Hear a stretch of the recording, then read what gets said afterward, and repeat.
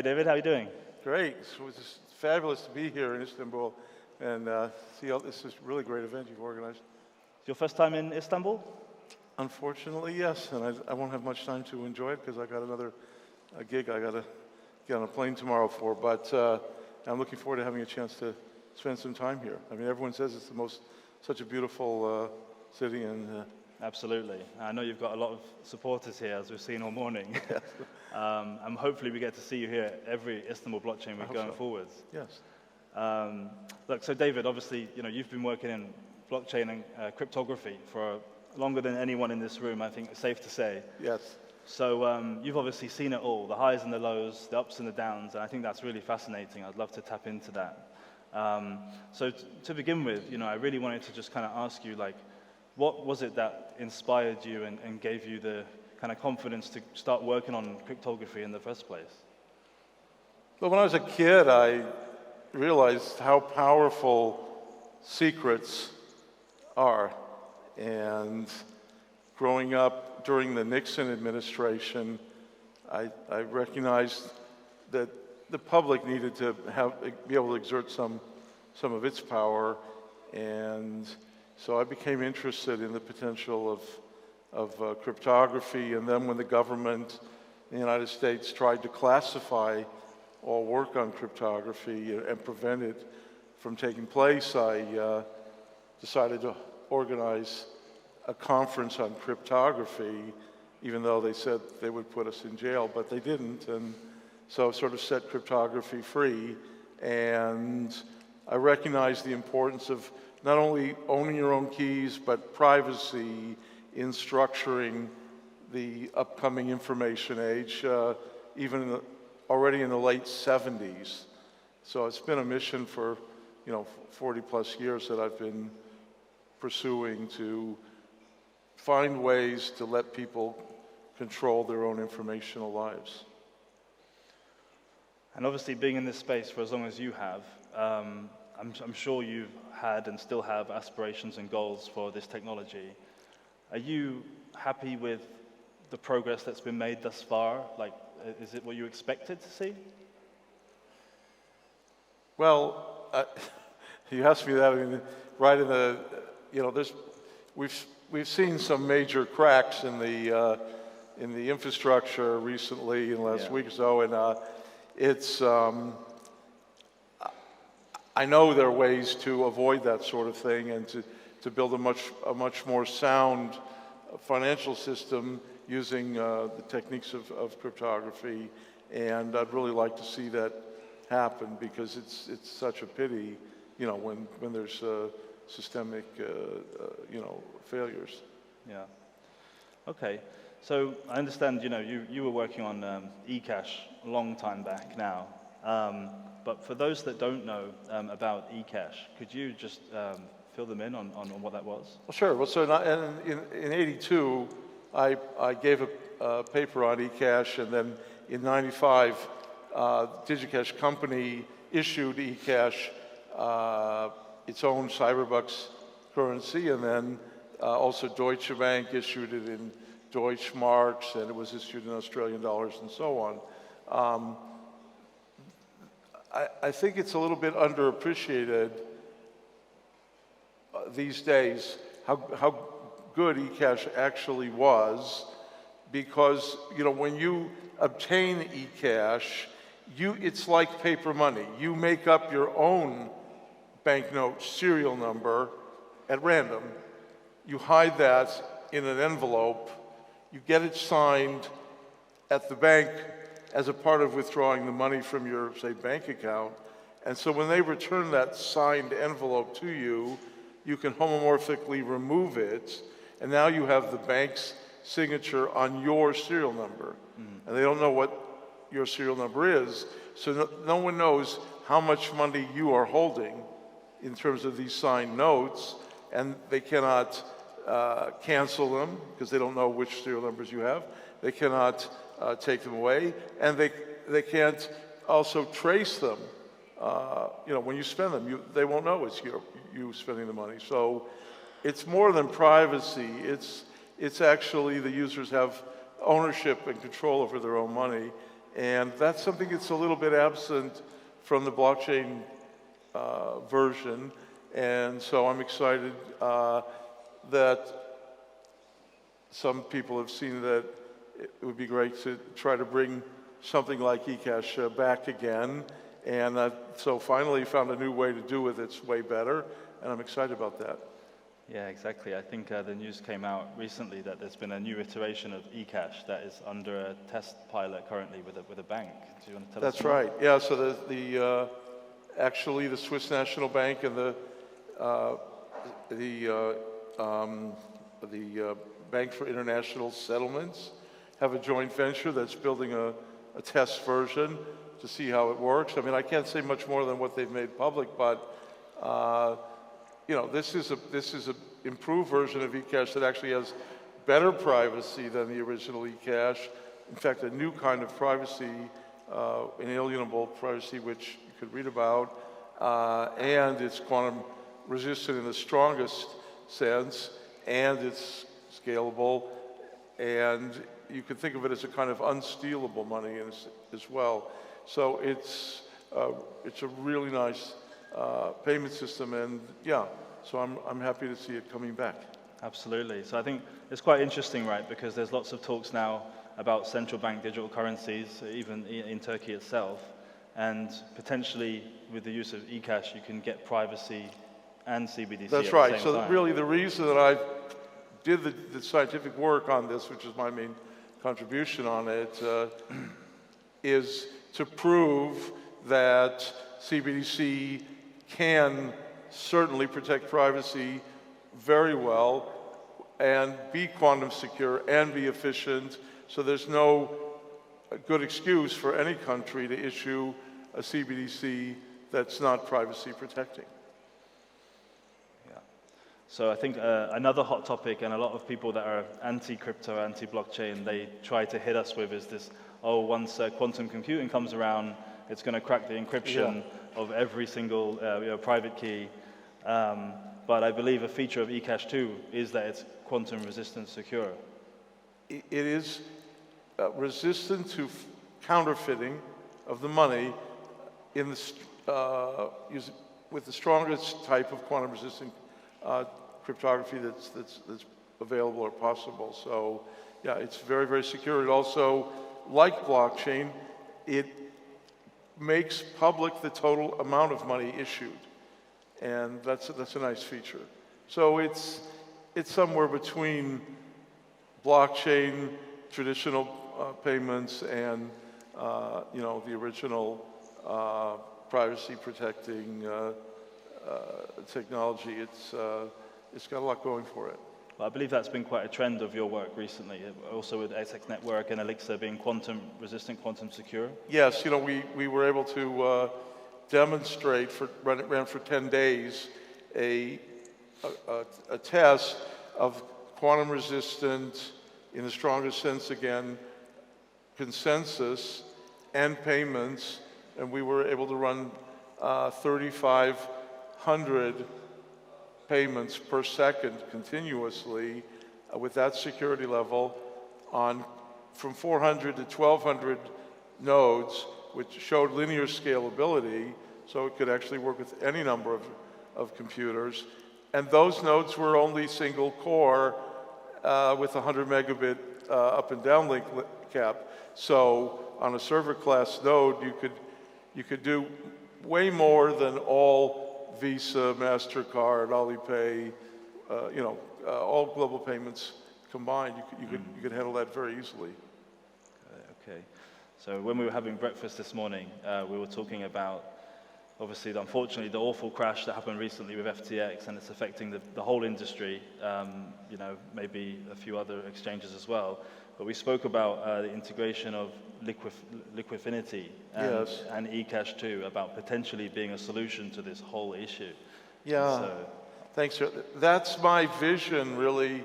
I think if you have a lot of good stable coins or CBDCs or what have you, then the remaining problem in payments is, of course, cross-border intercurrency payments. And if you implement them during, with the conventional techniques where there's a kind of custody, and then you have settlement risk. And that's really what the FTX thing, was a breakdown in settlement risk. But if you use Liquifinity, it's an atomic swap. There is no settlement risk because the transactions settle at the simultaneously with clearing. So this, so a little Liquifinity and some really good stable coins, you're done. That's it. That would create a risk-free, fee-free, very usable, secure global payments facility. And I think that can do a lot.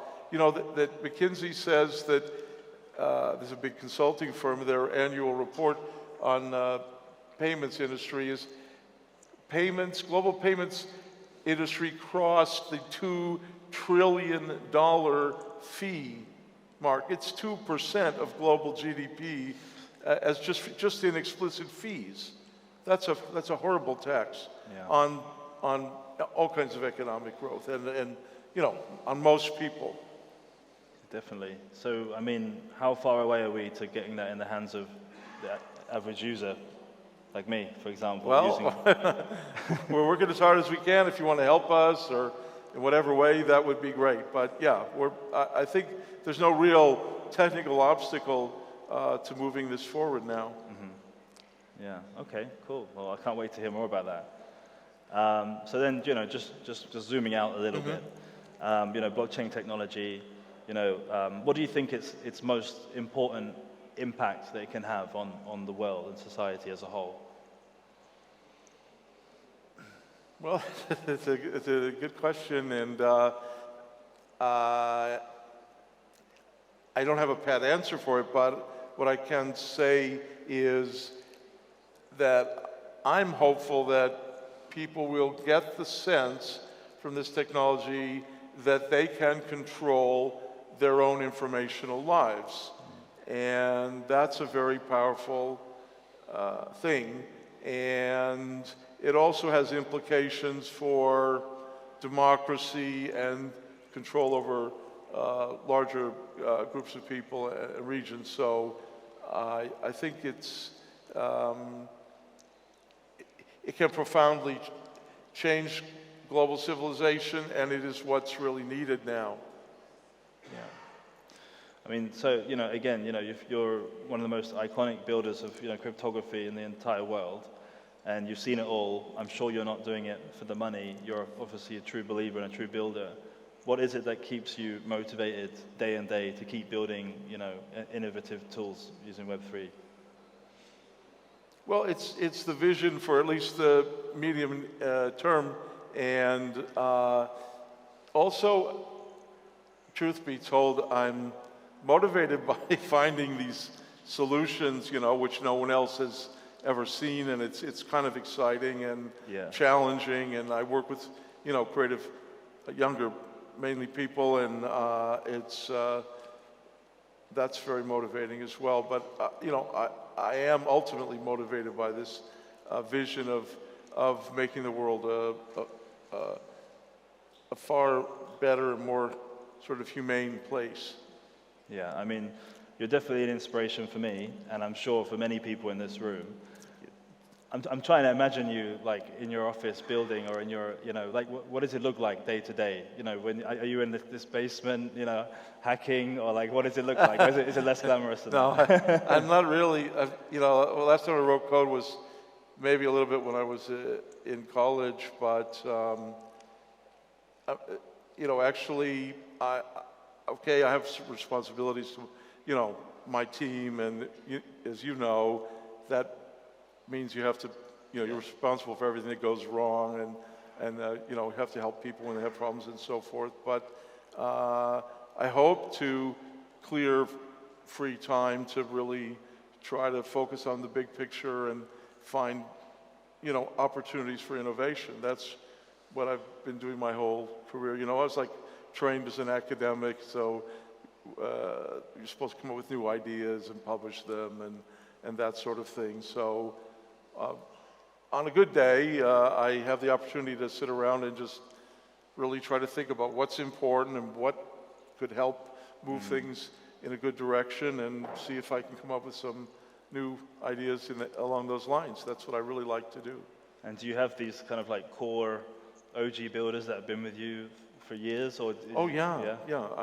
We have a really great team, and recently we have separated the foundation from the company and so I was sad to lose some of those. Some of my best people are in the foundation. I never talk to them. I absolutely, literally let the foundation be an autonomous entity. But yeah, so that was painful. But really, my management style is about encouraging people to sort of rise to their potential, and I give everyone, plenty of opportunity to do that. So that's also, kind of gratifying. Yeah, fantastic.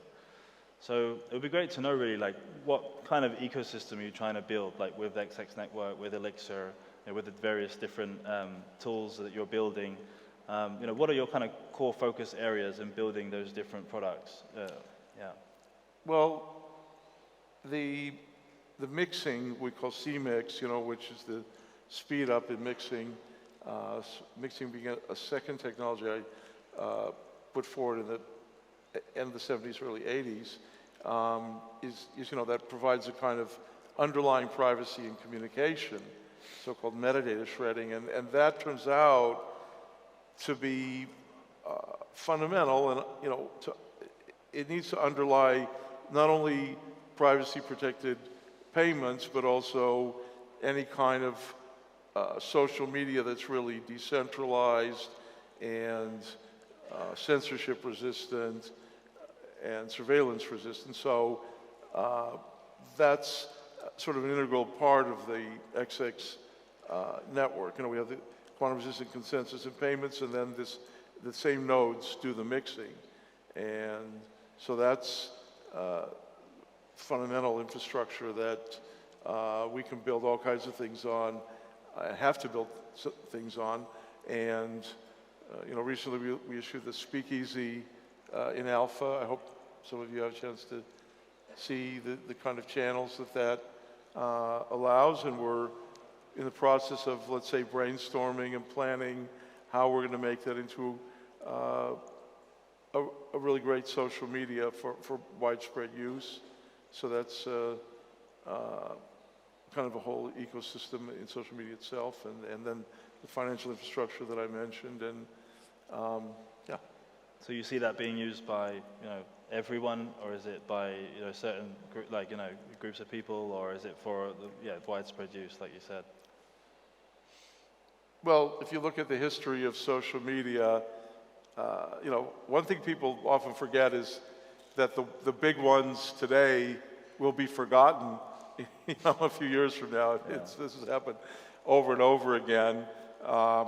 And another thing that you'll see is that social media, of course, tends to start in a niche, kind of in a very focused group or area, and then slowly build out.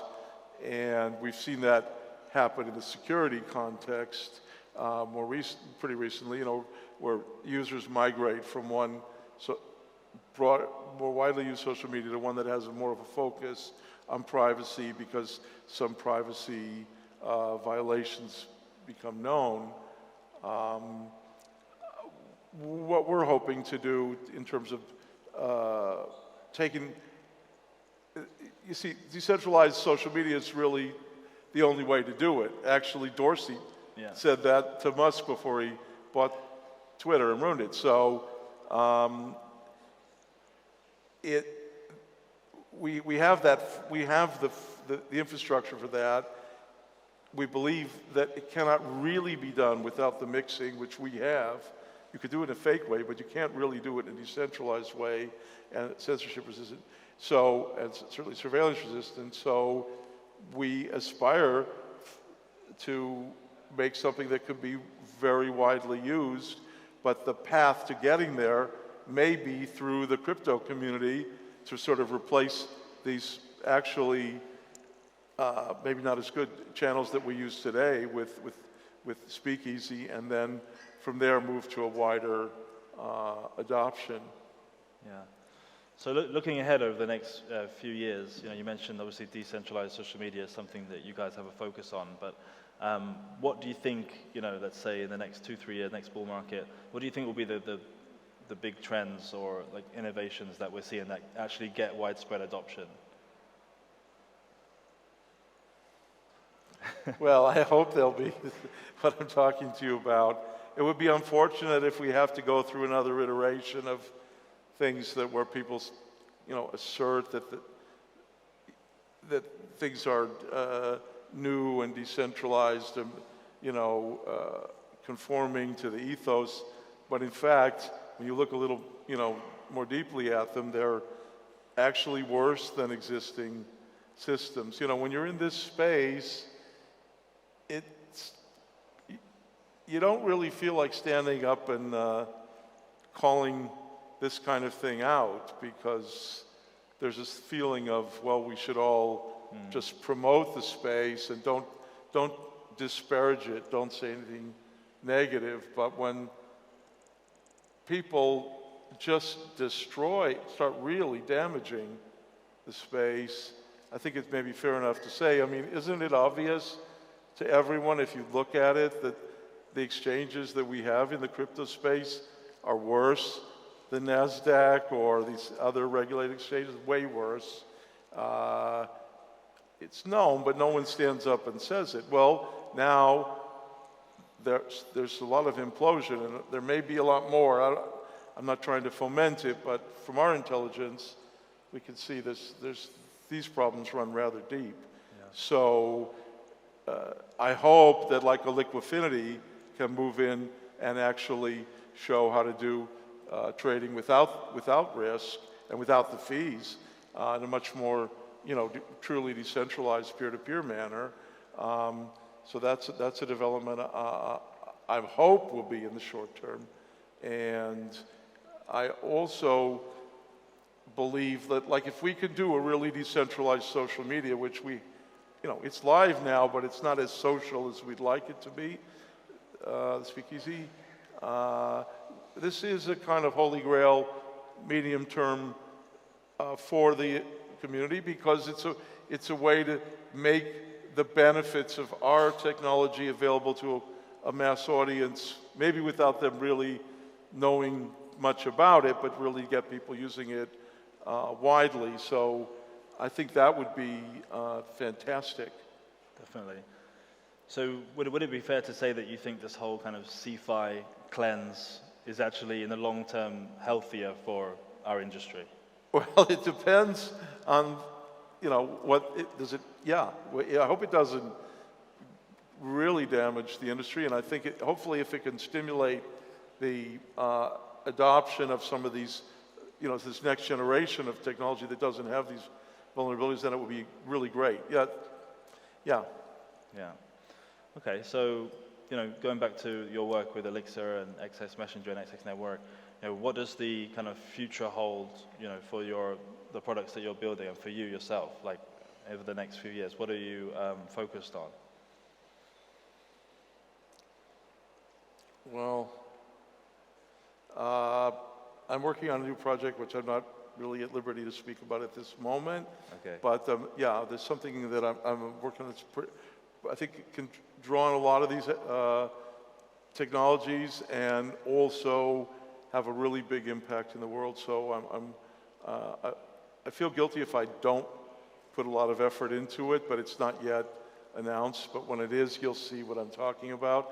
So, this is, when in the 60s, 70s, the bands would always complain that, when they would go on tour, they'd always be asked to play their old favorite hits, and they can't play their new material. And I feel the same way, because I did some stuff that everyone has to study it when they're in school, and everyone knows about it. But I aspire to do some really important new things, and so I've got some stuff lined up. So I say I like to say, watch this space. That's an American expression. Yeah, so it's new stuff coming out. Not all of it's quite public, but yeah, that's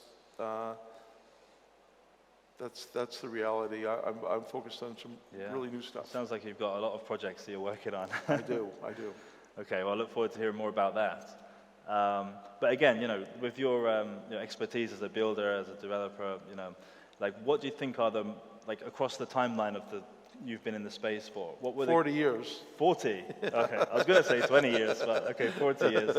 That's a long time. Well, it depends on how you want to look at it. Because the original blockchain stuff was in my dissertation, which also appeared in '82, as was eCash, as was the big thing. Yeah.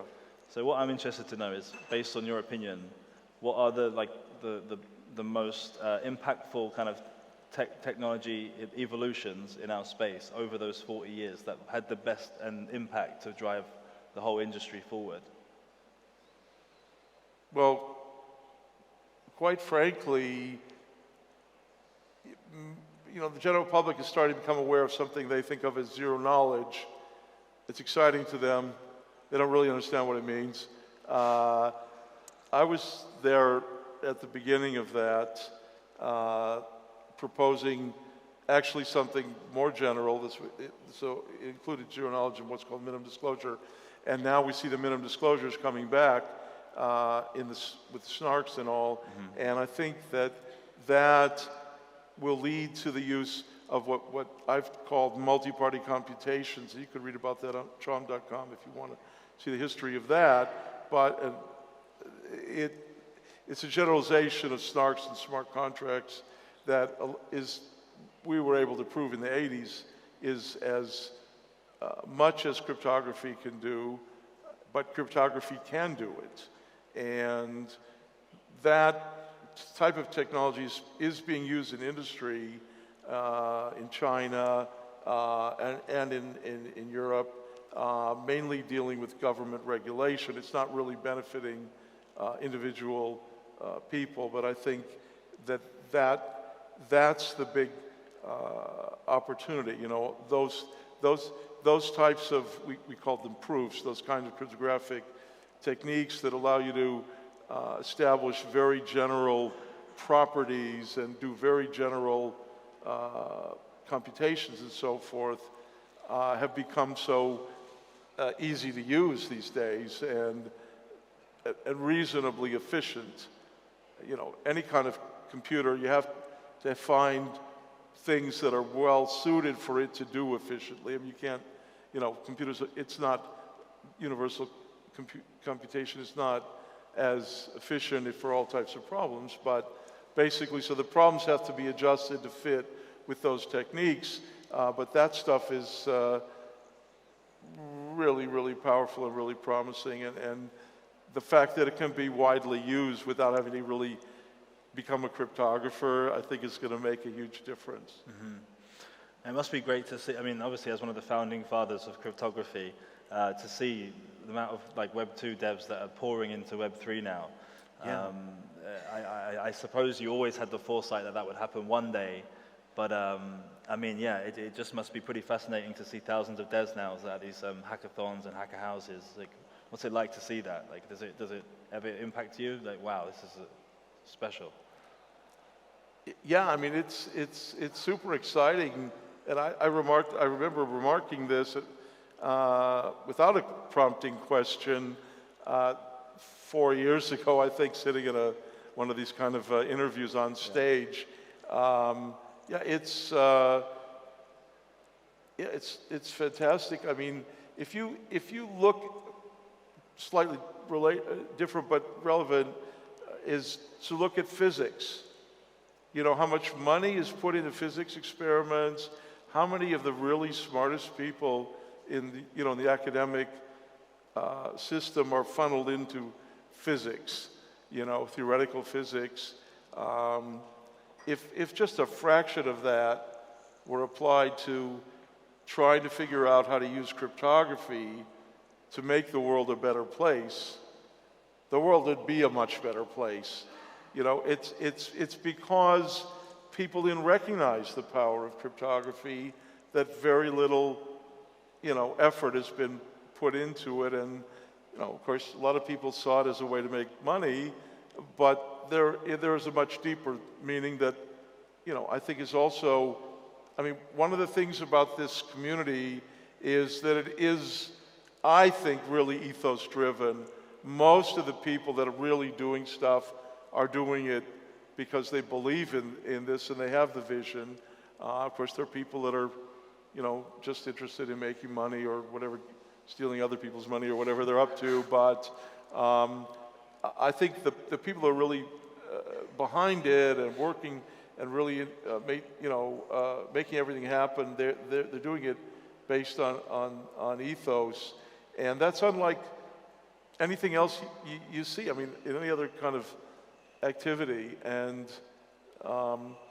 if you look at different fields of, just back to the physics for just a minute, think about the impact of all that government money and all those, young people that are sent on these careers and on society. And you measure it. 50 years ago, physics did actually contribute to semiconductors and so on. Now we're past that point. All this work, there's other fields, where we're just doing stuff because it's science, but we've got social fragmentation, which is threatening to destroy civilization. The Davos attendees, the elite, powerful people of the world, were asked recently, every year they're asked, what's the top 10 dangers that the world faces? And in a recent one, a new item appeared on the list, and it was pretty much at the top of everybody, 80% of the people's list. It never happened before, and it was called social fragmentation. And that's not even a thing exactly. It was not, you can look at it, it's not even actually, but that's what people said they were worried about. And it's there's a divisiveness, there's a polarization, there's a lot of problems that have been created by the exploitation of people through Web 2. And people are now wising up to this, which I think is fantastic. But, this is, it's just a huge problem. And I think that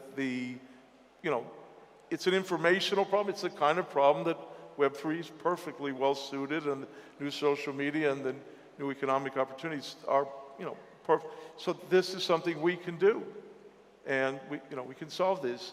This is probably one of the biggest problems in the world today, and if we solve it and create some social cohesion, then of course civilization can drive itself, let's say, up the Maslow hierarchy, so to speak, to come closer to reaching its potential. We could all be living on this planet in a far more prosperous and interesting and entertaining and valuable way than we are now. It's just unfortunate that the way things have unfolded. But yeah, Web3 has the potential to take us where we could be rather quickly. So it's absolutely. This is fascinating, but unfortunately we're running out of time. I did just want to say that XX Network is having a meetup, which you're going to be at later today, right? That's right. Thank you. Yeah. So I hope to see some of you there, and yeah, I'm really looking forward to that. It's such a pleasure. Thanks so much for having me, and it's really great to be here. Thank you, David. All right, everyone put your hands together, please, for David Chaum.